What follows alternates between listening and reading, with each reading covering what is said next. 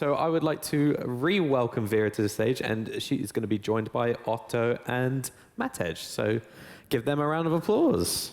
Did you go to the party last night? Yeah. Yes, sorry if my voice is down because some karaoke happened yesterday. So, but that's the thing. That's what you should have at this time of year. Are you saying that we shouldn't make too many questions today? Well, let's see.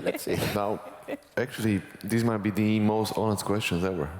Oh, I love it. That's good. It's going to be an honest panel then. So glad to have you here today. This is my first time moderating a panel, so thank you for your patience in advance. It's really, really great to meet you more closely now, because we haven't really chatted before, actually, and we had some really nice conversations before about retargeting, what you're doing, so super excited and diving a little bit deeper into that today. Would you like to just introduce yourself to the audience briefly? What are you doing right now in terms of retargeting? How exactly are you approaching retargeting, both at Fingersoft, Otto, and Matej at Pixel Federation? How's your current retargeting exposure? Yeah, for sure. Yeah, so my name is Otto Simola, and I work at Fingersoft as a head of player acquisition and monetization. I say that I'm kind of like this hand-waving guy because I have the campaign managers who actually run the campaigns, so I don't do things hands-on, but overall. So a little bit about my team. So we have this kind of big hybrid team of which consists.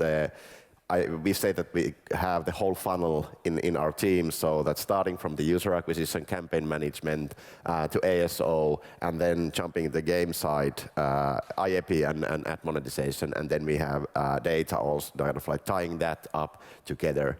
And that basically defines also somehow our approach also to retargeting, because the funnel thinking is that it's not like it's not a line. It's more like a circle, so that you can like do the funnel again when the user leaves from the game. So then you can also retarget them with the user acquisition campaigns and kind of like improving on that where the user left in the game and what new you are having. Just what you were saying in your presentation. Yeah. That what do you want to highlight from for example, with an update.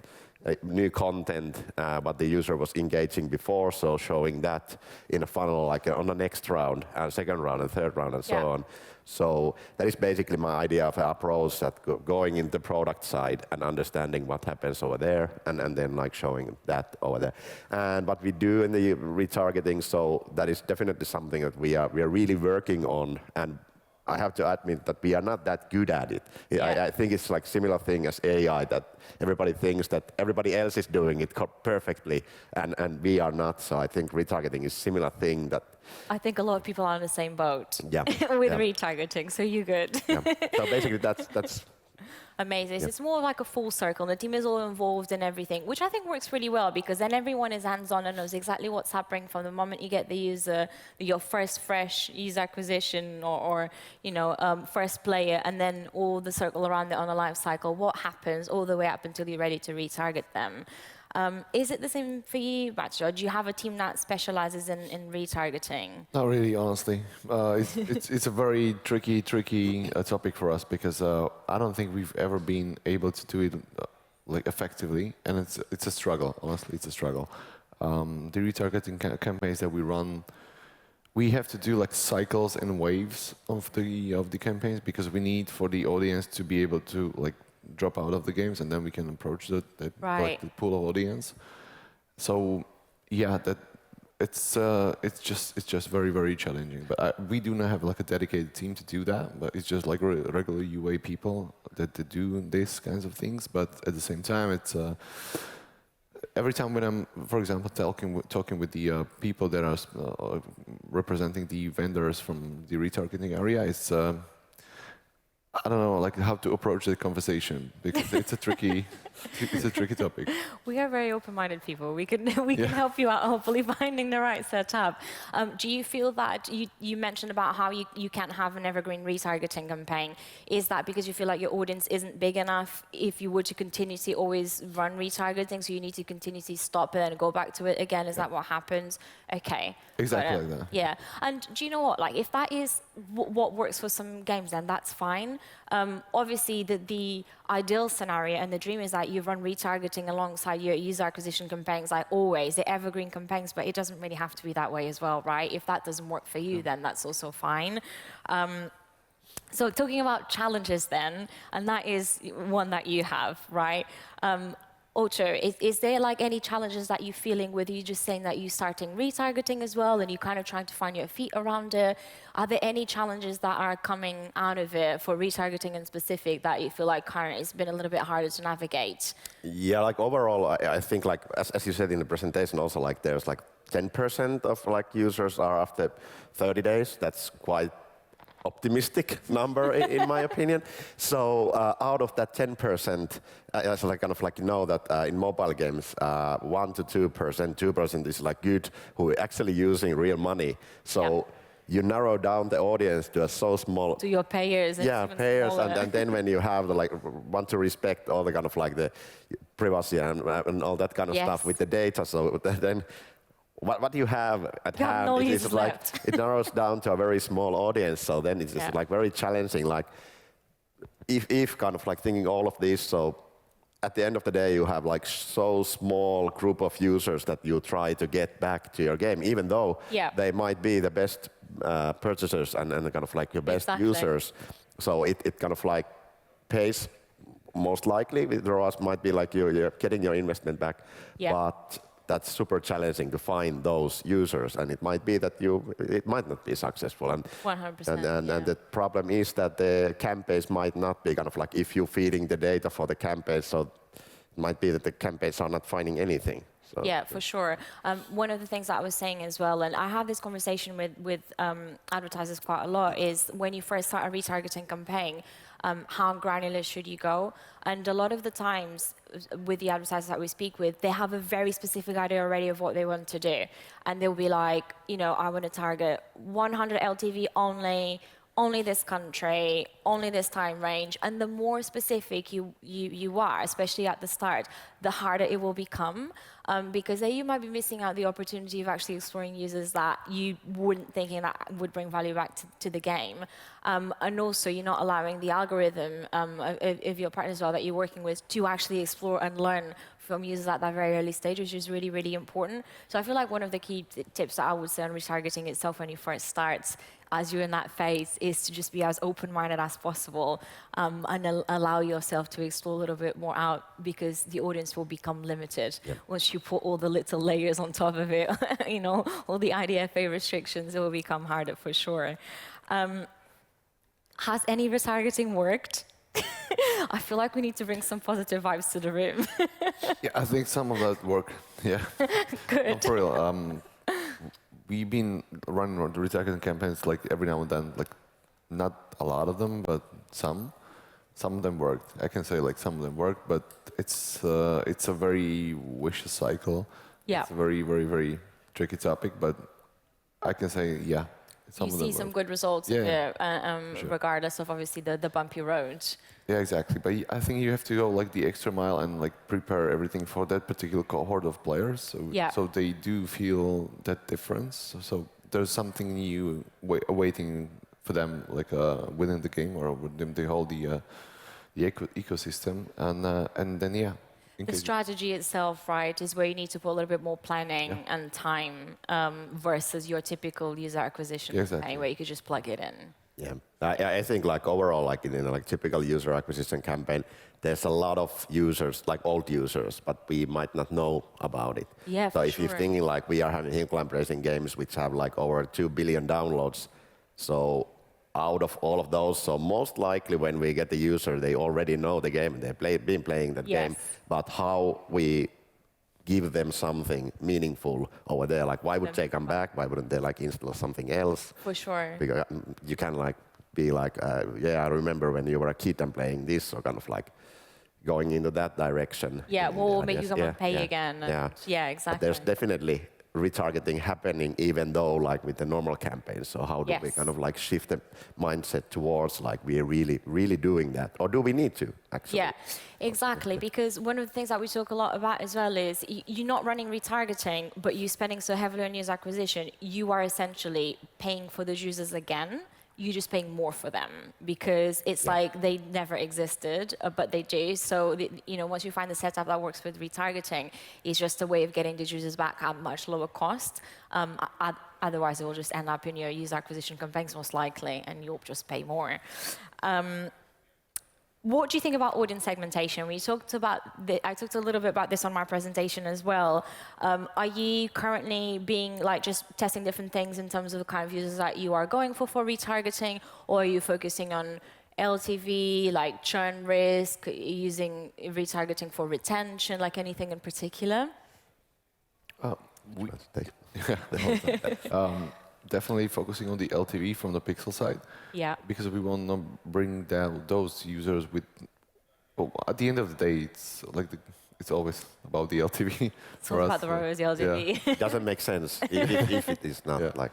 So it's always a business. So yeah, definitely looking for the LTV, and we're doing what we can. In terms of segmentation, this is an interesting topic, but yeah, we are trying to approach it as clever as possible, and yeah. Just make those whatever return offers as interesting as to the specific segment of countries. Yeah. So are you currently using specific retargeting creatives on retargeting campaigns? Well, I want to say more like offers. Offers, yeah. Offers, so the message itself, the offer will be more tailored. Yeah. And by offers, this is the term that we use within Pixel, but offers mean like the in-app purchases. But yeah, exactly. Got it. Okay, perfect. Makes sense. Yeah, I think also what we are doing, so we always highlight the new content in our user acquisition campaigns. And kind of is the idea of as I said, we know that there's huge amount of old users who might be interested in the game. So kind of thinking we highlight the new stuff always over there. So that's basically segmentation already over there. That's a very good way of thinking of it, right? Because even when I talked about creative back then, and I said UA creative doesn't work for retargeting, but actually that is a very nice way of approaching it. If most of your creative is to highlight what's new, then that would really fit for both sides as well, right? Yep. So the message seems a bit more appropriate for even users that are older users. Yeah, and even though we know a lot of kind of the segmentation on the IAP sales side, and offers what we give, so based on how the user has been playing, what they kind of engaging with, so they might be getting the similar offers. So why not applying that same thing for our user acquisition? Then we actually have created those audiences already for monetization purposes. So why not retargeting also? Got it. You're doing all the work already. Basically. And how do you measure success in retargeting? So ROAS. We don't. You already said this. Are there any other key indicators that you kind of focus on? So, obviously ROAS is primary, and I'd say that everyone experiences the same. But are there any other metrics that you are exploring? Anything else that is key for you in terms of certain type of users that you want to bring back, and you're also measuring that? I think one thing that I'm not sure if we are good at it, but I think we should be. It's the incrementality, so that if we bring those users back, so does it somehow generate more users?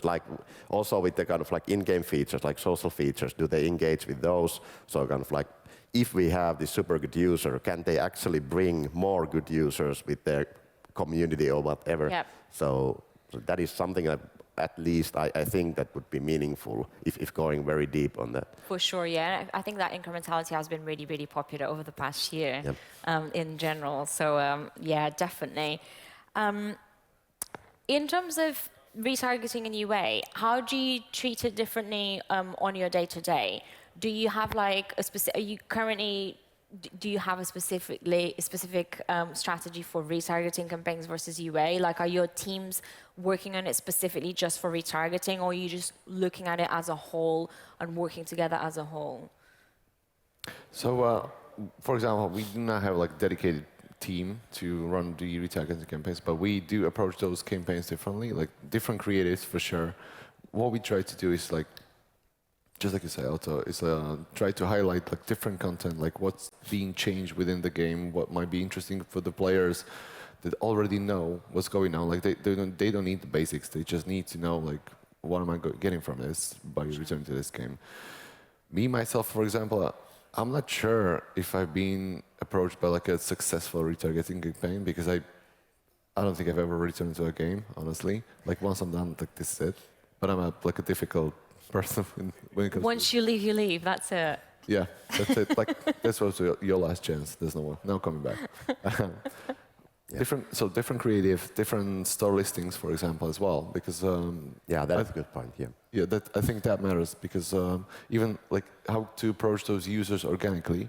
Yeah. They don't need to see the basics within the store. They need to see like what's happening in the game now, like what's being changed, where is it heading for them, because they pretty much got the idea. So different approach, definitely. Yeah.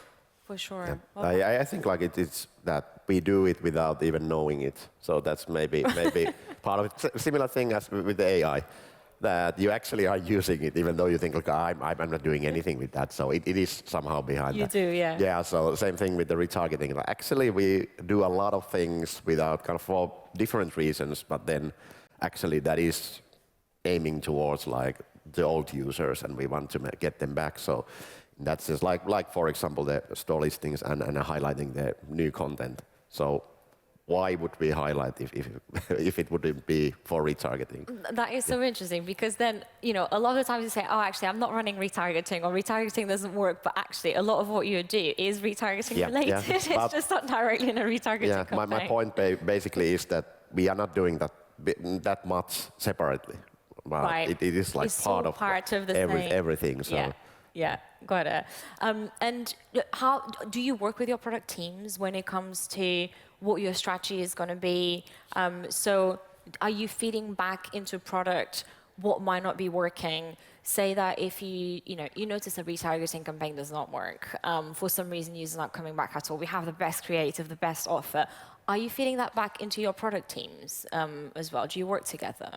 Yeah, we try to, like, that's been like the big challenge back in the days, that we have separate teams, like we have the monetization team, and then we have a product team, we have UA team and product team. So how do you link those together? Yeah. And now we have this kind of like growth lead thinking internally, that we have a person in my team who is actually working in a product team and getting stuff to the roadmaps. So that is kind of like linking everything that we are doing to the actual product roadmap, and that gives back the feedback, like what is happening. Amazing. And what we would need for our campaigns, and that's been very successful. Absolutely. I think it's the way going forward, for sure. What about you, Matej? Is it the same thing with you guys? Do you work quite closely with products, or? Yeah, so luckily on the product side, everybody's super cautious, and they A/B test pretty much everything. Amazing. So whenever they introduce a new offer or try to introduce like a major change within the product, Yeah. everything's been A/B tested, and we just pretty much rely on the data. So luckily, there's no like passion calls, no like I feel like this, let's do it like that. No, none of that. That is so good, because when product isn't part of the picture, it just becomes so hard, right? It's like two different people working through two completely different goals. So it's really nice that you have that and you guys work together. Yeah, and I think like about the product, so it's how would you do retargeting and give something if the product doesn't work? If it doesn't work, if it's not responsive for that, like if you don't have the welcome back offers and gifts. So for sure, we blame it on the product. Yeah, That's what we do. So, because retargeting hasn't been very successful for you both yet, how do you see the future retargeting-wise? Is there anything that you think really lacks it? And even in terms of a product, because I'm sure you've tried, probably Otto, I'm not sure if you tried a lot of different partners yet, and if you're at that stage yet. But Matej, I know you're mentioning you're speaking with different vendors and out there. And is it that you have found that there's not a product yet that is exactly what you need? Is there something that is lacking in terms of retargeting in specific? Okay, let me ask you a question back. Like, what would it take to get you back in a game that you kind of disliked over time? So I actually love looking at this, because very, very recently, I was just working with an advertiser that we were starting our retargeting campaigns, and they said to me, we just want to focus on new installers, as in someone that has deleted the game. They played in the past, we have their data, they deleted the game, and we want you to target them. And if they have the game and you target them, we won't attribute that to you. Which to me, like, this doesn't really make sense retargeting-wise, because it's a whole cycle, right? You are not just focusing on users that don't have the game anymore, because that's almost like user acquisition if it's very old, right? We didn't have like a limitation on users that we were targeting, so these users were inactive from day 90, like forever, like the whole list. So it's massive itself, right? And then I was like, you know, like those users deleted the game 90 days ago. Like, do they want to come back? Like, why? They've deleted the game. And then the story about it was like, the game is very emotional. It's a football game. It's really emotional. They put a lot of effort into it. If they delete it, they delete it. They do not want to come back. So I'm like, right, I'm getting like given the worst task in the world. Like, how am I going to make this happen? And I didn't make it happen, because we have launched the campaign and these users were not coming back. But the users that were coming back were the ones that were inactive for more than 90 days, but still had the app in the game. Yeah. So while it's their idea was that only less than 10% of the users still have the app in the game, so we didn't have to worry about that. That came to actually not be true. Based on the data that we had and the analysis that we did on their both attributed and non-attributed post-pack data, we actually came to see that more than half of the users still had the app, even though it was more than 90 days, and they were coming back to the game and they were spending through this retargeting campaign. So there's a way of convincing them they will come. Yep. And we saw that with this. But what we did see was that the ones that had deleted it were definitely a very small percentage of the ones that still had the app. So I feel like if you get to a stage where the user has given up fully on your game, they've deleted a game, I feel like it's definitely harder, and you should definitely treat those differently. But if they still have the app in their mobile, it means that there's still some feeling there, you know? They might still come back. Yeah. Agreed. From my perspective, for example, what would it take would be like, just give me like an offer that would like make me accept it, and then I'd just go back to the game. Like, just give me like a head start to, for example, unrelated, but World of Warcraft does this. So when you start like a new character and you are like previous 10 expansions you have missed, you can like boost your character for like sometimes for free, sometimes, well, usually for money, but sometimes for free. That's a good incentive to have, for example, to return to a game, just to be able to catch up like right at that moment and just catch up with the community themselves, because everybody's talking like high-end stuff, and you're not able to cope with that because you're kind of missed the last 10 years of that. Basic, exactly. It makes absolute sense. And I feel like with retargeting out as well, it's quite sentimental. And I was saying back then that Social Casino does this really well, but it's really just like speaking to your users directly. What is it that is going to move the needle? What are they going to feel? It's all quite like, it's very personalized. When they look at it, the message really, really needs to be key. Agree with the offer 100%. And if you can afford to do that, it really, really helps. And we see that. Creatives with offer. A lot of the times people ask me this, like, is it worth to have an offer on creative? 100%. If you're open to do that and if your product team can support that as well, having offers to claim on creative really helps with retargeting in particular. Yes. Yeah. Have you tested that at all, Otto, on your end in terms of like offers, or do you feel like it's not something? Yeah, I think that, as I said, like it's kind of like happening all the time. Yeah. but yeah, about something you were asking, like what should be done and how to like move forward with this. So what we would like to have, because we are leveraging a lot with our like old user and with our data, existing data, and then like how, if there's like a ask that, okay, you start to now, you have to start collecting data now. It's like, what do we do with everything like what we already have? We want to use that. So somehow combining that we don't have to start from zero with our old game, because we all the time, every minute we are having more and more old users, and kind of like we don't actually know like how many there are like new users. So we would like to use data that we already have about those. Available. Are you very good with that, aren't you? Because yesterday you were mentioning that something to me that I found really, really curious, which was the Good Boy event. Yes.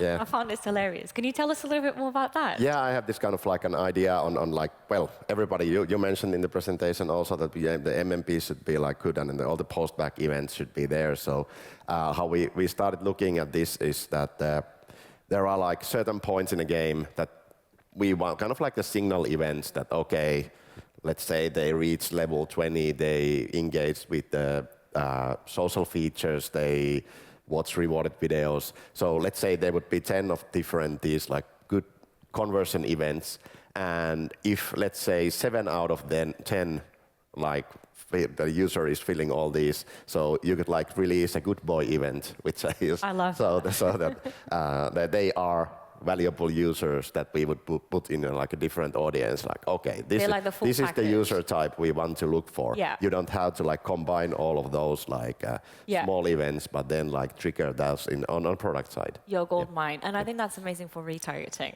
Yes, you know your data well. That's great. You're already doing all the segmentation. Amazing.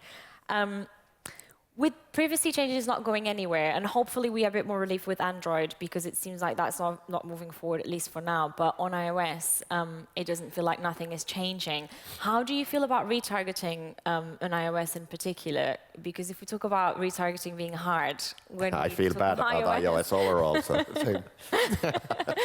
are you doing it at all? Have you tried it, or are you just like given up on it?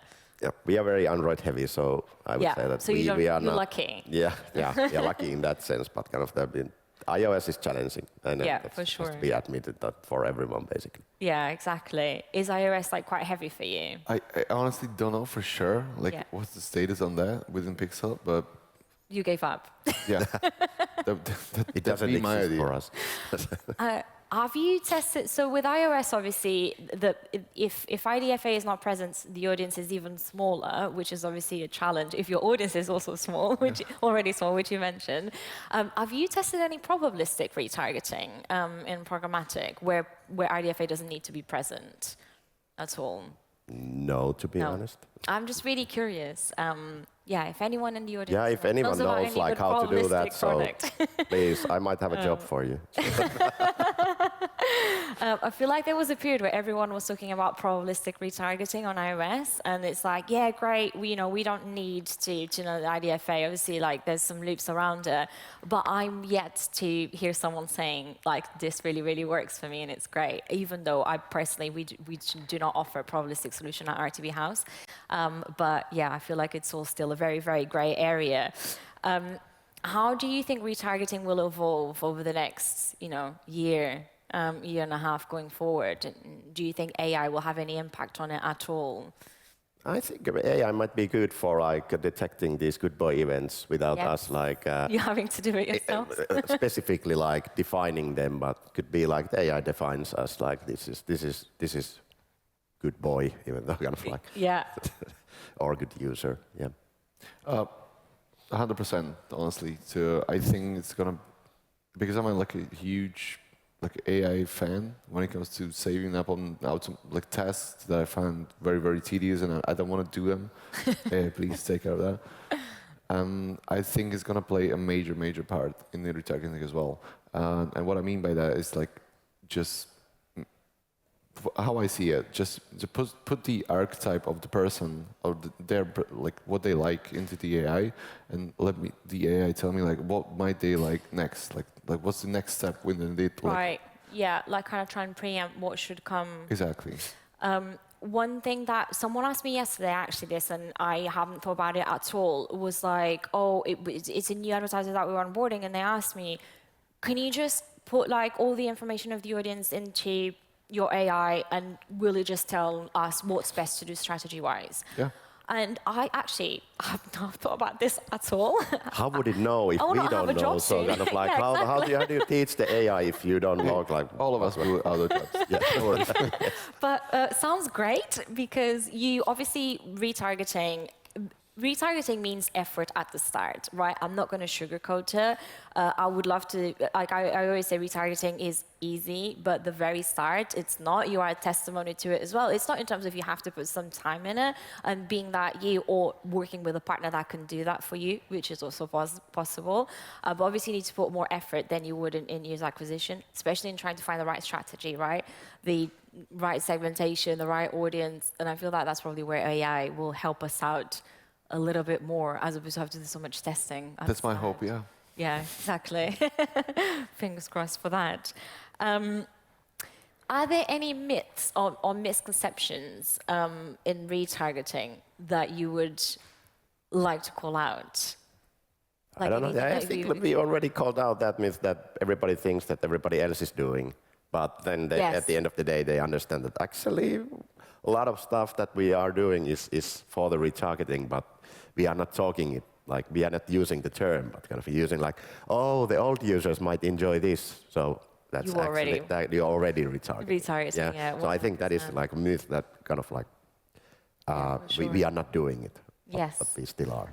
Agreed. To some extent. Yeah, like a lot of, I think like, the base conception of pixel federation games is that they're pretty much run on live ops, like the kind of aspect of the game, and it's a retention and like a retarget mechanic by the concept, and by just promoting the stuff, I think there might be like a retargeting side project of mine Yeah. that I do. So just letting all the people, all the users, all the players know like this is happening within the game, but not necessarily like exactly just like it's like not using the term like not really calling like retargeting, but like just keep them informed and kind of like, hey, this offer's on the table in case you're interested. Come. Treat them differently, have something for them. Yeah, 100%. Yeah, it makes sense. I think from my end, I probably have quite a few because I hear so many all the time. I'm just exposed to it. But I would say like the two that I hear the most are most popular one, to not work with more than one partner in retargeting because it would just cannibalize. They will just cannibalize each other. It is not true. We really see as well that the value that a partner can bring can be very different from another partner. And also competition is good. Like, I haven't heard about anyone that does their best if they are the only ones working for it. At least the CPIs go higher if there's Right. some competition. So just have some natural competition going because your partners should be under pressure. I should not say that, but it is true. You said it. Yes. You want to have someone that will do better than you. I think that's like the main one for sure in terms of what I hear like on a day-to-day. Or the other one will be, users might come organically. And if I'm spending on retargeting, then my inactivity window should be really long to make sure that I'm not actually tapping users that will organically come back to the game. And that is not true, and data tells us that. And in my presentation, I also tapped on how the number of users that you lose right on your first 3 days, then 30 days. For mobile is even more aggressive. I think Yeah, it was like 11%. So yeah, those users will not come back. There's a lot of offers for them out there. That will make it more interesting. So it's really important to be on top of that. But yeah, I think we're kind of like reaching to an end, and we have a few minutes left for any questions as well. Does anyone have any questions for Otto or Matej or myself that you would like to ask? Someone? Oh, we have one over there. Yeah. I was going to say, they put you off of retargeting because they just had such bad experience. Hello. Hi. I'm Martin from Bond. We are a creative studio or design agency and also designing IPs for games. But we have recently we've kind of built our own proprietary AI strategist in a way. Our strategists are using this tool to very quickly mine the world for example, fan truths. So we were working with one client, and it's also this kind of role-playing type of game. And of course, us just not playing those type of games, we weren't able to know anything about what these players, what might excite them, and what the truths are when they're playing the games. Like, what are they actually doing in the games? And this AI very quickly outlined like 50 super deep fan truths about these players, about the what was it, RNGs, all kinds of like really strange things that we didn't know anything about, and we could use that in our creative work. Couldn't that also be used in? You were talking about this, like exciting them again with like new features from the games, or what are they playing in other games currently? Could that be combined with retargeting? I'm just wondering, like quickly mining the world from these fan truths and then. Yes, I think definitely that is exactly what we would like to do, and what we are trying to do is to understanding the audience kind of like much deeper than whether they are purchasers or not. That's like a very dummy split.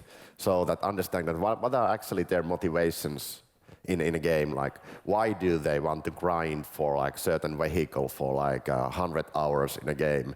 Why? Why would they do that? Like, what's the actual like motivation on that? So understanding the audience much deeper so would help in those campaigns. That what we are actually promising them, like, okay, now you can do that even like 200 hours in this. Like, it even better now. So what is the proposal what we are giving for them?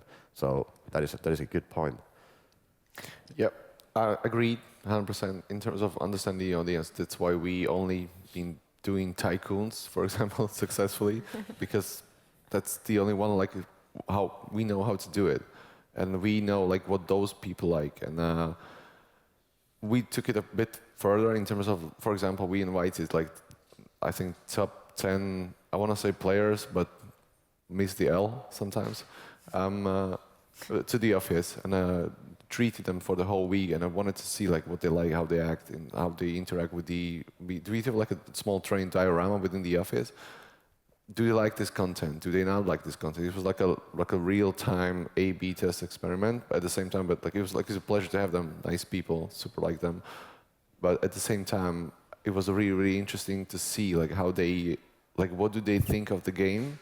And it was a nice way of finding out like it's more than a game for them. It's more like what do they actually like? And it was more about the social interactions, like how does the game take them out of their world, like the everyday, what they need to do. So that was like a nice step forward as well.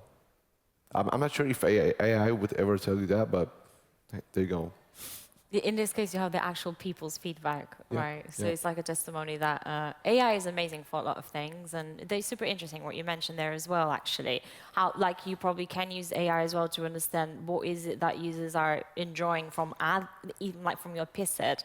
What is it that users are enjoying and that is working and helping them convert that you then can adapt to your game. So that's like a really interesting way of looking at it. But then having people's real testimony, and like that's, you know, we can't forget about that. Yeah. Yeah, sure. absolutely. I want to add also, it actually went out into the internet and mined data from there. So it was going directly into Reddit servers that was about that game. It was going to, it was reading stuff from Discord and all over the Amazing. internet. Yeah, and yeah, it was kind of, you know, compressing all that down into like 50 really strong insights. Love that. In a way. Yeah, Okay. that's really cool. Nice. Does anyone else have any questions? Oh, just right there as well. Brilliant. Hello, thank you for the insights. Both of you have games that have sequels. So Hill Climb Racing has 1, 2, 3, hopefully, and then Train Station 3 just came out after Train Station 2. So how do you get the users who had churned in your previous game into the new sequel so that they can enjoy the new features that you have provided? Amazing question. Thank you, Amin. A challenging one, to be honest. And at the same time, like the sequel is always kind of gonna eat up the like part of the audience of that previous one, for sure. And that's gonna happen. And it just need to kind of position those games differently, and just maybe because, for example, Train Station 2 is done in a very, very specific art style and very specific like tycoon mechanics as well. The third one has been done in like a different art style, so that might be approaching still a niche, very, very niche kind of audience, yet like a different part of that audience. So we just need to outline and highlight the uniques of the game, and then make sure like this. We know we like trains, for example, but is this like the types of games that you might like when it comes to trains? Is like the specific art style you're looking for? And I can tell you for fact, like the train fans that we have, they're very, very, very significantly curious about the details of what's there. Like if there's not something's not matching with reality, they're gonna let you know. We've also tried to understand like what is actually the overlapping audience between like Hill Climb Racing 1 and Hill Climb Racing 2, and it always comes back to that it's not that big as you would assume, that kind of like the sequel would always cannibalize the kind of like the original one, but main purpose for sequel is to bring new audience that would be engaging and like interested in multiplayer, and then you can always go back to the game, the original one that you can play offline in an airplane. So those like completely two different games, even though very familiar mechanic. Like why would you have like thousands of different like match 3 games? So because there is something different in those, so kind of like and then for different audiences. So I would treat also like sequels also like separate games, like different games with different features. Cool. I think that is all we have time for today, but can we give our lovely panelists a round of applause, please? Thank you. And an extra round of applause for Vera, because she's been talking for an hour and 20 minutes straight. So well done. Go rest your voice or have some more meetings, whatever you want to do. Of course, the world's your oyster. The conference is your oyster.